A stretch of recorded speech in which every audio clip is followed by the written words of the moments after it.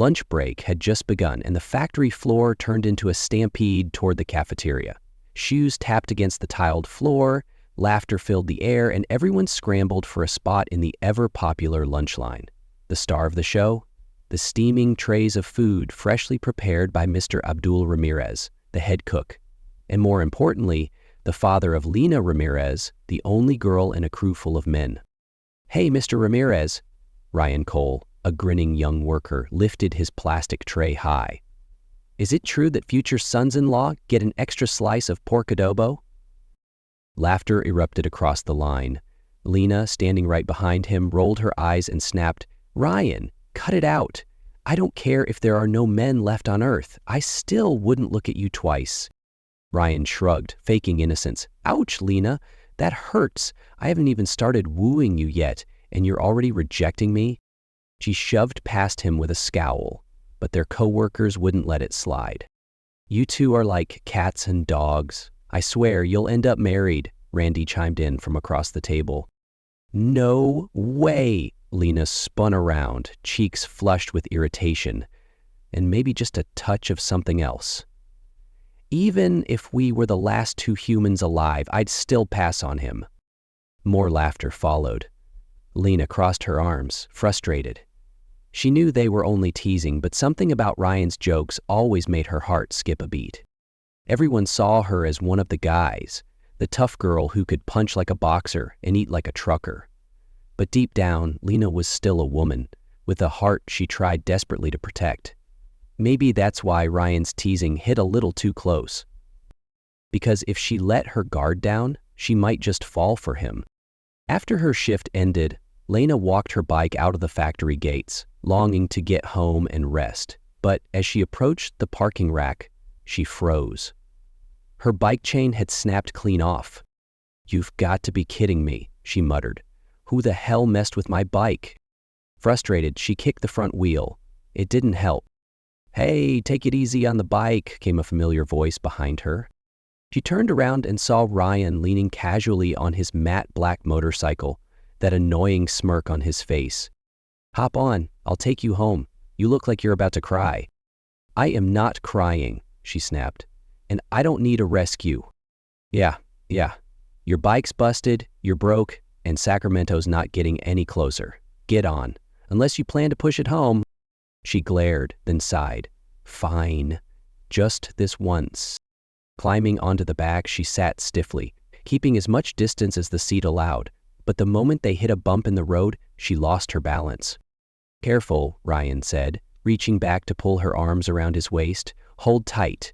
I'm not letting you fall on my watch." Lena froze. For a split second, she considered pulling away, but didn't. Her hands stayed right where he put them.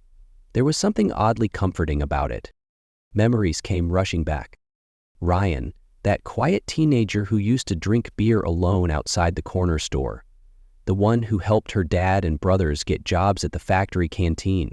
The guy who had teased her relentlessly for the past 5 years.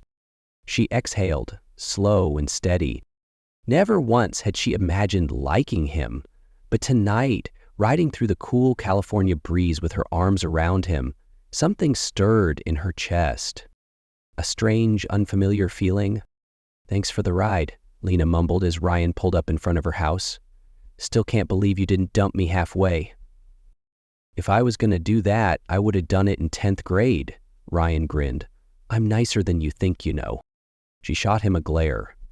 "Yeah, says the guy who makes it his mission to annoy me daily."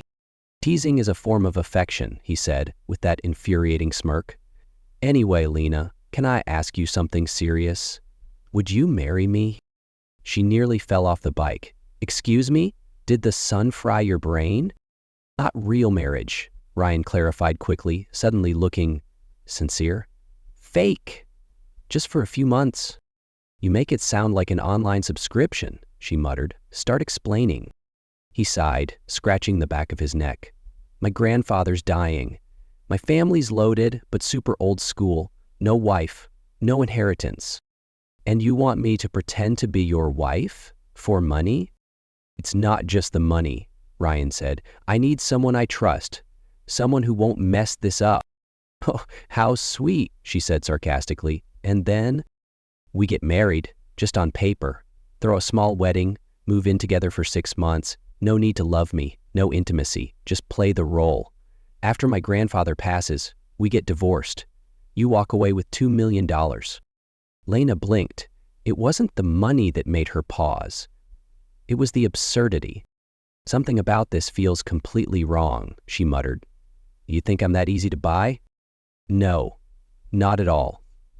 If you say no, I'll understand. But I trust you, and you know I keep my word. She stared at him. There was something unfamiliar in his eyes, not the usual teasing. This was real. She exhaled. Fine, but I have conditions. Name them. I'll agree. No emotions, no touching, no holding hands, no hugs, no sharing beds. Understood, Ryan nodded. And if either of us accidentally falls for the other, that person loses. He smiled. And the loser gets what? They walk away, disappear. A beat of silence. I'm in, Ryan said, extending his hand. The bet starts now. Lena looked at his hand, then shook it. Deep inside, something whispered, this is insane. But another part of her didn't want to say no. 3 days after that fateful handshake, Lena still couldn't believe she'd said yes. Everything moved at lightning speed. Ryan called his lawyer, arranged the paperwork, and she just watched it all unfold like an outsider, like it was happening to someone else entirely. Her mother thought it was real. Finally, someone's brave enough to marry my daughter, she said while ironing the cream-colored dress Lena would wear to the wedding. Her father, on the other hand, gave Ryan a long, skeptical stare. I don't know what kind of game you're playing, but if you hurt my daughter, you're done. Lena wanted to scream, this isn't real, but for some reason, the words stayed trapped in her throat. Ryan, meanwhile, treated it like it was serious. No jokes, no smirks. He even took her shopping for rings. Not flashy diamond ones, just a plain silver set. We don't need anything fancy, he said when she hesitated, just enough to make it look real. The night before the wedding, Lena stood in front of the mirror for a long time. She tried on the cream dress her mother had handed her. It was simple but fit perfectly, as if tailored just for her. She studied her reflection. Hair pinned loosely, barely any makeup. Eyes clouded with doubt. A part of her wanted to walk away. But another part, the one she usually kept buried deep, was quietly, maddeningly curious. What if this wasn't pretend? She didn't love Ryan, she was sure of that. So why was she nervous? The door creaked open. Her mother stepped inside, holding a tiny pair of pearl earrings. Wear these, she said. I wore them at my own wedding. They'll bring you luck. Mom, Lena started but faltered. Don't worry, her mother smiled. I know you're strong, but it's okay to dream a little too. Lena said nothing, and in that silence, she quietly accepted, even if it was just pretend. Tomorrow she'd be stepping into the biggest role of her life. The wedding was quiet, held in the backyard of Lena's family home, with only a few close friends and relatives in attendance. No white gown, no fancy aisle. Lena wore a simple cream dress her mother picked out, while Ryan borrowed a suit from his grandfather. I must be the only bride signing a marriage license, unsure whether to smile or cringe, Lena whispered as she signed. As long as you don't run away, I'll call this a win, Ryan replied with a small smile, his usual teasing tone absent for once. They moved into a small apartment Ryan had rented on the outskirts of Sacramento. Everything went according to the deal. Separate rooms, no touching, no pet names, just two friends living under the same roof, pretending to be husband and wife. But soon, Lena began to notice something different. Life after the wedding turned out to be quieter than Lena expected. No drama, no chaos, no awkward tension. Ryan never broke the agreement. He slept on the couch, never once crossing the lines they had set. But that, in itself, puzzled Lena even more. She had braced for an immature, teasing roommate, someone loud and careless. Instead, she got someone else entirely. He woke up early to cook, cleaned without being asked, even washed her dad's truck without a word. One morning, Lena stepped onto the porch and found Ryan hauling water buckets into the pig pens with her father. "She's got a temper," her dad said, glancing at Ryan, "but Lena's got a good heart. You break it, I'll break your nose." Ryan didn't laugh it off like usual. He just smiled quietly and kept shoveling feed. Lena watched everything in silence. She couldn't deny it. He was trying.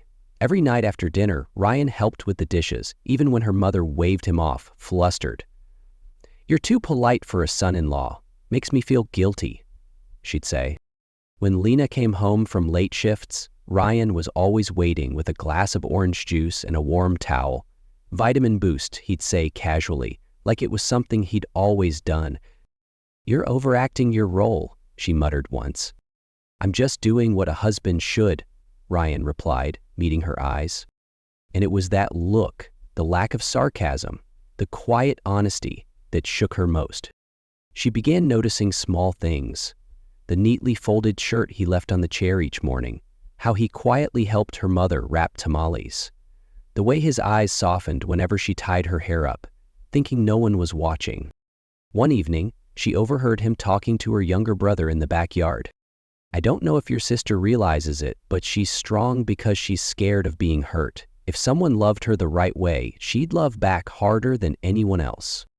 Lena stood frozen behind the door, her heart thudding. She didn't know if she was scared or hopeful. One day, Ryan burned his hand taking bread from the oven. Lena rushed over, snatching his hand to inspect the red mark. "Are you blind? Why didn't you call me?" she snapped. "It's fine," he smiled. "Barely stings. But were you worried about me?" She let go immediately, face flushing. "Worried? You wish." That night, she left burn ointment on his pillow. He didn't say a word, just smiled, that quiet, breezy smile. Gradually, Lena couldn't tell if she was keeping her distance out of reason or retreating because her heart was starting to lose control. She still snapped at him, still acted cold, but deep down, she knew. Every small gesture from Ryan was chipping away at the wall she'd built for years. And when a woman starts noticing, it means the feeling she's been denying might have already been there all along. Dinner at the Cole estate was elegant but tense. Lena had never been in a house so grand, where every painting probably cost more than her entire monthly salary. She sat stiffly beside Ryan at the long table, white linen spread across, candles glowing, and eyes scanning her with thinly veiled judgment. "So you're Lena, Mrs. Cole," Ryan's mother finally spoke after a long pause. "The girl who made my son cancel all proper introductions and rush into a marriage with someone no one really knows." Lena clenched her hands in her lap. Ryan leaned slightly, squeezing her hand under the table. "Mom, not now," he said calmly but firmly. "Am I not allowed to question this?" she replied. "A sudden wedding, no background, no real explanation, no suitable upbringing." "Mom," Ryan's sister chimed in, "I heard she works in a factory. Is that true, Lena?" Lena didn't get the chance to answer. Everything went black. Sweat pooled on her back, ears rang, and then, "Lena?" Ryan's voice panicked. But she had already collapsed. The hospital room was sterile and bright, the scent of disinfectant thick in the air. Lena stirred, blinking slowly as the world came into focus. Beside her, Ryan sat, gripping her hand so tightly it ached. "You scared the hell out of me," he whispered. "What? What happened?" The doctor entered, holding a clipboard. "Nothing critical. She fainted due to low blood sugar. But while running tests, we found something else." Ryan held his breath. "Congratulations. Ms. Ramirez is about 6 weeks pregnant." Lena froze. So did Ryan. The doctor left, silence flooding in. Finally, Ryan spoke. "No need to say it. I know what you're thinking, that this is impossible, that it doesn't make sense. But Lena, remember that night, after Randy's birthday, when you were drunk and said you didn't want to be alone?" She covered her face. Her chest felt like it might explode. She remembered. No matter how hard she tried not to. "I didn't mean." "I know. I'm not mad." Ryan sat down again, his voice low, eyes steady. "But I don't regret it. You may not believe me, but you've never been a game to me. That afternoon, when Mrs. Cole visited the hospital, Ryan stayed beside Lena. I need a word with my son. Alone, she said. Lena nodded quietly and stepped outside. I knew something was off. A no-name girl suddenly shows up, marries my son, and now she's pregnant. You think I'm a fool? Ryan inhaled deeply. I know what you're thinking, Mom, but you're wrong. Wrong? Her tone turned sharp. You tell me then, what kind of love grows from a marriage that wasn't even real? Mom? Ryan looked her in the eye for the first time. I love her. That's real. And the baby is a blessing. Are you even sure it's yours? The question hit hard. But Ryan didn't flinch. He didn't shout. He just looked at her, slowly, calmly, but with steel in his voice. You taught me to take responsibility. That's what I'm doing. Not out of obligation, out of love. That night, Lena sat by the hospital window when Ryan returned and gently placed a hand on her shoulder. I told her, he said softly. It wasn't easy, but I did. And your mom? She didn't say much, but I think someday she'll understand. Lena turned to him, eyes brimming with tears. Ryan, don't say anything. You don't have to love me right now. Just don't blame yourself. He took her hand, firm but tender. Don't be scared. I'm here. And this time, I'm not letting you go through it alone. Ryan sat alone in the hospital hallway, pale fluorescent lights casting shadows across his thoughtful face. His hand still carried the warmth of Lena's grip, but inside, he was a storm of emotions. He hadn't expected things to unfold like this. A pregnancy? A confrontation with his mother? None of it had been part of the plan. But what surprised him most was himself. He had never felt this certain before. In his entire life, this was the first time he didn't run. He didn't joke it away. He didn't hide behind sarcasm. He wanted to stay, to be someone Lena could lean on, not because of a bet, not out of duty, but because he loved her. And now, more than ever, he was ready to prove it, not just to his family, but to Lena herself. 3 days after leaving the hospital, light rain fell over Sacramento. Lena sat by the apartment window, a warm cup of tea in hand, her mind still tangled in the chaos she hadn't yet sorted out. A fake marriage, a real pregnancy, a mother-in-law with fire in her eyes, and Ryan, the man she once thought took nothing seriously, now standing as her unexpected anchor. A soft knock at the door. It was Ryan. He held a paper bag with a small dark blue box inside. Can you come with me? He asked quietly. Lena didn't answer at first, but then she nodded. They drove to an old empty field just outside town, once a high school baseball field where Ryan used to hang out. I used to come here when I didn't want to go home, he said, eyes distant. I was born into a family where everyone was perfect. My brother's a doctor, my sister's a lawyer, and me, he chuckled bitterly. When I was a kid, my mom said, Ryan, you don't have to be the best. Just don't disappoint me. But I guess I never managed that. Lena turned to look at him. There was a sadness in his eyes she'd never seen before. I never fit into the Cole mold. I liked drawing, writing music, thinking too much. They called it laziness. My mom called it nonsense. And after a while, I believed her.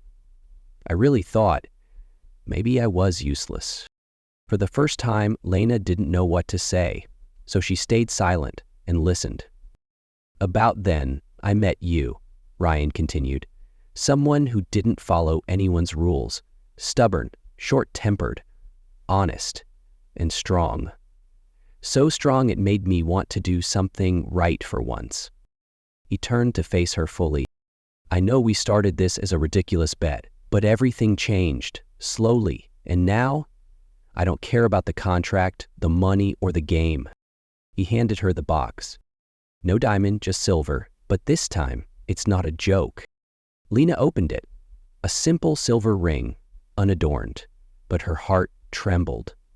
not for the ring, but for the look in Ryan's eyes as he said, "Lena Ramirez, will you marry me for real? No bet, no obligations, just because, I love you." Lena stood still. So many times he'd said love like it was a punchline, like saying he loved pizza or movie nights. But this time, she felt every syllable. "Aren't you scared?" she whispered. "I'm not the perfect kind of woman. I'm impulsive, stubborn, independent to a fault." "I don't need perfect," Ryan said gently. "I need you." Lena held the silver ring in her hand, but her eyes stayed fixed on Ryan's face. Not because of his usual charm or smug smile, but because of that look. Honest, tired, but unwavering. Suddenly, flashes of memory returned. The mornings he woke up early to make coffee, eyes still red from sleepless nights. The dinners he cooked after long days. How he quietly learned to wrap tamales with her mother, shoveled mud in her father's pig pen under the blazing Sacramento sun. He never complained, never bragged. He just did it, like it was the most natural thing in the world. And now, standing in front of her, he wasn't asking for praise. He wasn't saying he deserved to be loved. He simply said he wanted to be by her. Not the sweet, idealized version people expected, but her. Raw, stubborn, real. Lena trembled slightly. For the first time in her life, she realized, someone had quietly walked a long, painful road just to be by her side. Lena took a deep breath. Her heart had already been swaying for so long, but she'd been afraid of being left, afraid of not being chosen. But in this moment, under a gray sky, in front of the man who once drove her mad with teasing, she knew if she'd trust anyone with her future, it would be him. And just like that, her fears began to quiet. She nodded softly. Ryan took her hand, sliding the ring onto her finger like he was touching something sacred. No music, no fireworks, just two tired hearts, finally done hiding. And at last, ready to begin again. After nodding and accepting the ring from Ryan's hand, Lena didn't say a word. She just stood there, holding his hand tightly, warmth blooming in her chest. She had always believed she was strong, that logic alone could protect her. But now, looking into Ryan's eyes, not the carefree boy he once was, but a man changed. She realized she had been the one hiding behind cold armor, afraid to be hurt. She used to think love was a luxury, not for girls like her, girls who grew up too fast, carried too much, and lived within the bounds of reality. She didn't have time for fantasy, nor faith that anyone would stay long enough to matter. And yet Ryan, the most aimless person she had ever known, was the one who stayed. He didn't make grand promises. He just changed, quietly, consistently. And somehow, that made it impossible for her to keep resisting. Lena leaned her head against his shoulder. For the first time in her life, she allowed herself to soften and trust. Their second wedding, this time the real one, was held in a grand garden behind the Cole estate. Everything was extravagant, a live string quartet, a 5-course dinner, a custom-made gown. To Lena, it all felt like a world she was never meant to step into, let alone be the bride in it. She stood behind the grand doors, fingers trembling as the music swelled. Rows of guests lined the aisle, dressed in tuxedos and gowns, trading polite but curious glances. "You okay?" Ryan asked softly, dressed in a perfectly tailored tuxedo. "I feel like I'm acting in a movie," Lena whispered. "A movie where I'm not sure I belong."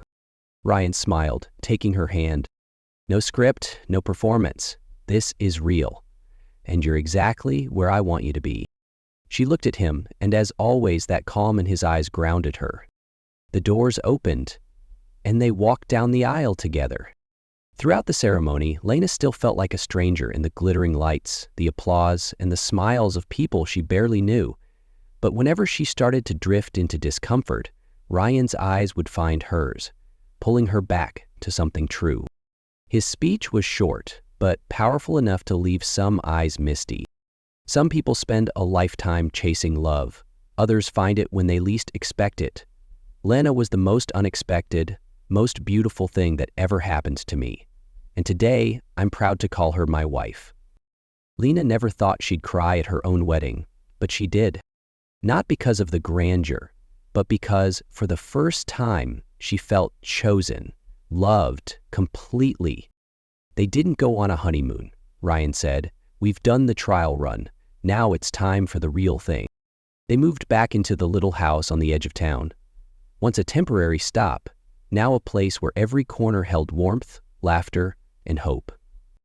Ryan kept writing music. Lena still worked part-time at the factory, but the job no longer felt dull, because every evening she knew someone was waiting for her, not out of obligation, but out of love.